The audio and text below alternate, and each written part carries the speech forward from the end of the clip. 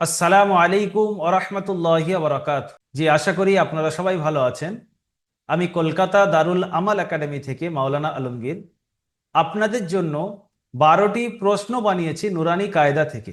এই 12টি প্রশ্ন এমনভাবে বানানোর চেষ্টা করেছি, এর উত্তর আপনি যদি মুখস্থ রাখতে পারেন, পুরো নুরানি কায়দা আপনার মুখস্থ আছে, আপনি এটা ভাবতে পারেন।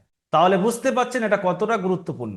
তো মুখস্থ করার নিয়ম হলো, আপনি প্রথমে ভিডিও প্লে করে একটি প্রশ্নের উত্তর শুনে নেবেন, তারপরে ভিডিওটি পজ করবেন। ওই উত্তরটা আপনি আপনার মুখ থেকে একবার দুবার বলে নেবেন। যদি আপনি এই প্রসেস এখতিয়ার করেন তাহলে আলহামদুলিল্লাহ আপনার ফায়দা হবে। তা না হলে যদি এরকম করেন যে ভিডিওটা শুরু থেকে নিয়ে শেষ পর্যন্ত আমি শুধু বারবার দেখছি, আমি উত্তরটা আমার মুখ থেকে বলছি না, তাহলে কোনো ফায়দা হবে না। যদি মনে হয় এই ভিডিও থেকে আমার ফায়দা হয়েছে, তাহলে অবশ্যই শেয়ার করবেন এবং এই ভিডিওতে একটা কমেন্ট করবেন যে এই ভিডিও থেকে আপনি কতটুকু ফায়দা পেয়েছেন। এবং যদি কোনো প্রশ্ন থেকে থাকে তাহলে অবশ্যই আপনি কমেন্ট করে জানাবেন, ইনশাল্লাহ আমরা কমেন্টে উত্তর দেব। চলুন আমরা উত্তরগুলো একের পর এক দেখি। প্রথম প্রশ্ন, হারাকাত কাকে বলে? হুরুফে কলকলা কয়টি ও কি কি? জাবার জের পেশকে হারাকাত বলে। হুরুফে কলকলা 5টি: কফ, ত, বা, জিম, দাল। এর সমষ্টিগত নাম কুতবু জাদ্দিন। দ্বিতীয় প্রশ্ন, হুরুফে মাদ্দা কয়টি ও কি কি? প্রত্যেকটির সংজ্ঞা বলুন। হুরুফে মাদ্দা 3টি। নাম্বার 1 আলিফ মাদ্দা, নাম্বার 2 ইয়া মাদ্দা, নাম্বার 3 ওয়াও মাদ্দা। আলিফ মাদ্দা কাকে বলে?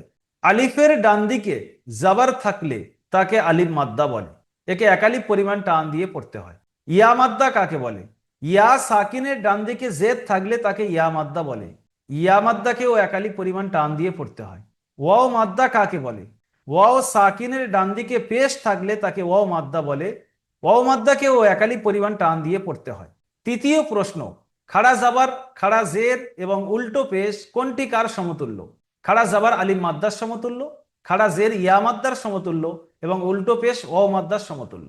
কোন কোন অক্ষরের উপর তাসদিদ থাকলে গুণনা করা ওয়াজিব? নুন এবং মিমের উপরে তাসদিদ থাকলে গুণনা করা ওয়াজিব। 4 নম্বর প্রশ্ন, হুরুফে লিন কয়টি এবং কি কি? প্রতিটির সংজ্ঞা বলুন। হুরুফে লিন 2টি। নাম্বার 1 ওয়াউলিন, নাম্বার 2 ইয়ালিন। ওয়াউলিন কাকে বলে? ওয়াও সাকিনের ডান দিকে জাবার থাকলে তাকে ওয়াউলিন বলে। ইয়ালিন কাকে বলে? ইয়া সাকিনের ডান দিকে জাবার থাকলে তাকে ইয়ালিন বলে। ওয়াউলিন এবং ইয়ালিনকে সর্বদা নরম আওয়াজে তাড়াতাড়ি পড়তে হয়। 5 নম্বর প্রশ্ন, র কে কয়টি অবস্থায় পুর এবং কয়টি অবস্থায় বারিক পড়তে হয়? বিস্তারিত বলুন। দারুল আমাল একাডেমি থেকে নুরানি কায়দা যেটা লেখা হয়েছে, নাম বড়দের নুরানি কায়দা, এই কিতাব অনুযায়ী র পুর হয় 3টি অবস্থায় এবং বারিক হয় 2টি অবস্থায়। পুর হয় 3টি অবস্থায়। নাম্বার 1, র এর উপরে জাবার এবং পেশ থাকলে র পুর হয়। নাম্বার 2, র সাকিনের ডান দিকে জাবার এবং পেশ থাকলে র পুর হয়। নাম্বার 3, র সাকিনের ডান দিকে জের, পরে হুরুফে মুস্তালিয়ার 7টি অক্ষর খ, সদ, জদ, গইন, ত, কফ, জ, যার সমষ্টিগত নাম খুস্স জগতিন কিজ। এর মধ্যে যদি কোনো একটি অক্ষর আসে তাহলে ওই র কে বারিক না করে পুর করে পড়তে হয় এবং বারিক হয় 2টি অবস্থায়।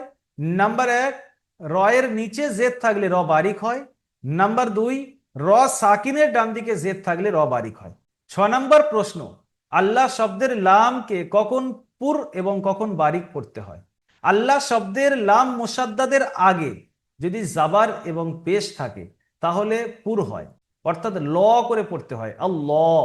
আর যদি আল্লাহ শব্দের আগে জেদ থাকে তাহলে বারিক করে পড়তে হয়, অর্থাৎ লা করে পড়তে হয়। যেমন বিসমিল্লাহ, এখানে মিমের নিচে জের আছে, আল্লাহ শব্দের আগে মিমের নিচে জের।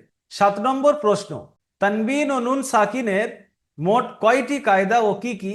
ইজহার কাকে বলে? হুরুফে হালকি কয়টি ও কি কি? তানবিন ও নুন সাকিনের মোট 4টি কায়দা। নাম্বার 1 ইজহার, নাম্বার 2 ইকফা, নাম্বার 3 ইকলাব, নাম্বার 4 ইদগাম। ইজহার কাকে বলে? তানবিন ও নুন সাকিনের পরে হুরুফে হালকি 6টি অক্ষর হামজা, হা, আইন, হা, গইন, খ। এর মধ্যে যদি কোনো একটি অক্ষর আসে তাহলে তানবিন ও নুন সাকিনের আওয়াজকে বিনা গুন্নায় জাহির করে পড়তে হয়, একে ইজহার বলে। 8 নম্বর প্রশ্ন, হুরুফে ইকফা কয়টি এবং কি কি? ইকফা কাকে বলে? হুরুফে ইকফা মোট 15টি। তা, সা, জিম, দাল, জাল, জা, সিন, শিন, সদ, দদ, ত, জ, ফা, কফ, কাফ। ইকফা কাকে বলে? তানবিন ও নুন সাকিনের পরে এই 15টি অক্ষরের মধ্যে যদি কোনো একটি আসে, তাহলে তানবিন ও নুন সাকিনের আওয়াজকে নাকে তুলে একালিক পরিমাণ গুন্না সহ পড়তে হবে, একে ইকফা বলে। 9 নম্বর প্রশ্ন, ইকলাব কাকে বলে? উদাহরণ সহ বুঝিয়ে দিন। তানবিন ও নুন সাকিনের পরে যদি বা আসে, তাহলে ওই তানবিন এবং নুন সাকিনকে মিমের দ্বারা পরিবর্তন করে একালিক পরিমাণ গুন্না করে পড়তে হবে, একে ইকলাব বলে। উদাহরণ, মিন বা আদি। এখানে নুন সাকিনের পরে বা এসছে, তাহলে পড়ার ক্ষেত্রে এই নুনটা হটে গিয়ে এই জায়গায় একটা ছোট্ট মিম আপনি কোরআনেও দেখতে পাবেন আছে, বা না থাক, এই নুনটাকে বাদ দিয়ে মিম পড়তে হবে। এখন পড়তে হবে কি? মিম বাদি। 10 নম্বর প্রশ্ন, ঈদগাম কয় প্রকার ও কি কি? প্রতিটির সংজ্ঞা বলুন। ঈদগাম 2 প্রকার। নাম্বার 1 ঈদগামে তাম, নাম্বার 2 ঈদগামে নাকিস। তানবিন ও নুন সাকিনের পরে যদি লাম অথবা র আসে, তাহলে তানবিন ও নুন সাকিনকে ওই লাম বা রর সঙ্গে মিলিয়ে বিনা গুণনায় জাহির করে পড়তে হবে, একে ঈদগামে তাম বলে। আর তানবিন ও নুন সাকিনের পরে যদি ইউমিন অর্থাৎ ইয়া ওয়াও মিম নুন এই 4টি অক্ষরের মধ্যে কোনো একটি আসে, তাহলে তানবিন ও নুন সাকিনকে ওই অক্ষরের সঙ্গে মিলিয়ে একালি পরিমাণ গুণনা করে পড়তে হবে, একে ঈদগামে নাকিস বলে। 11 নম্বর প্রশ্ন, মিম সাকিনের কয়টি কায়দা ও কি কি? প্রত্যেকটির সংজ্ঞা বলুন। মিম সাকিনের মোট 3টি কায়দা: ইজহারে সাফাবি, ইকফায়ে সাফাবি, ঈদগামে সাফাবি। ইজহারে সাফাবি কাকে বলে? মিম সাকিনের পরে বা এবং মিম ছাড়া অন্য কোনো অক্ষর আসলে সেখানে বিনা গুণনায় জাহির করে পড়তে হবে, একে ইজহারে স্বাভাবিক বলে। ইকফায়ে স্বাভাবিক কাকে বলে? মিম সাকিনের পরে যদি বা আসে, তাহলে একালিক পরিমাণ গুণনা করে পড়তে হবে, একে ইকফায়ে স্বাভাবিক বলে। ঈদগামে স্বাভাবিক কাকে বলে? মিম সাকিনের পরে যদি মিম আসে, তাহলে মিমকে মিমের সঙ্গে মিলিয়ে একালিক পরিমাণ গুণনা করে পড়তে হবে, একে ঈদগামে স্বাভাবিক বলে। 12 নম্বর প্রশ্ন, মদ কয় প্রকার ও কি কি? প্রত্যেকটির সংজ্ঞা উদাহরণ সহ বলুন। মদ 4 প্রকার। নাম্বার 1 মদ্দে মুত্তাসিল, নাম্বার 2 মদ্দে মুনফাসিল, নাম্বার 3 মদ্দে লাজিম, নাম্বার 4 মদ্দে আরিজে ওয়াকফি। মদ্দে মুত্তাসিল কাকে বলে? হুরুফে মাদ্দার পরে হামজা যদি একই শব্দের মধ্যে আসে, তাকে মদ্দে মুত্তাসিল বলে, একে 2 থেকে 3 আলিফ পরিমাণ টান দিয়ে পড়তে হবে। মদ্দে মুনফাসিল কাকে বলে? হুরুফে মাদ্দার পরে হামজা যদি দ্বিতীয় শব্দের প্রথমে আসে, একে মদ্দে মুনফাসিল বলে, একেও মদ্দে মুত্তাসিলের মতো 2 থেকে 3 আলিফ পরিমাণ টান দিয়ে পড়তে হয়। মদ্দে লাজিম, হুরুফে মাদ্দার পরে যদি তাসদিদ বা সাকিন আসে, তাকে মদ্দে লাজিম বলে, একে 3 থেকে 5 আলিফ পরিমাণ টান দিয়ে পড়তে হবে। তাসদিদের উদাহরণ যেমন হাজুকা, আর সাকিনের উদাহরণ যেমন আল আনা। মদ্দে আরিজে ওয়াকফি, মদ্দে আরিজে ওয়াকফি মূলত বলা হয় কোন আয়াতের মাঝখানে দাঁড়ানো বা আয়াতের শেষে দাঁড়ানো, দাঁড়ানোর কারণে যখন সাকিন হয় তাকে তাকে আরিজে ওয়াকফি বলে। যেমন আলহামদুলিল্লাহি রব্বিল আলামিন, এখানে শেষে দেখেন নুনের উপরে জাবাত ছিল, আয়াতের শেষে দাঁড়ানোর কারণে আমি সাকিন করেছি, একে আরিজে ওয়াকফি বলে। মধ্যে আরিজে ওয়াকফিকে 3 থেকে 4 আলিফ পরিমাণ টান দিয়ে পড়তে হয়। পরিপূর্ণ প্রশ্নের উত্তর মুখস্থ হয়ে গেলে কমেন্টে জানাবেন যে হুজুর আমি মুখস্থ করে নিয়েছি।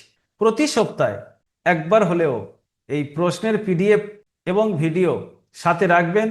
পিডিএফ থেকে প্রশ্নের উত্তরগুলো একা একা দেওয়ার চেষ্টা করবেন। যদি কোনো জায়গায় ভুলে যান, ভিডিও থেকে দেখে আবার মুখস্থ করে নেবেন। সবাই ভালো থাকবেন, আমাদের জন্য দোয়া করবেন, দারুল আমাল একাডেমির জন্য দোয়া করবেন। আসসালামু আলাইকুম ওয়া রাহমাতুল্লাহি ওয়া বারাকাতুহু।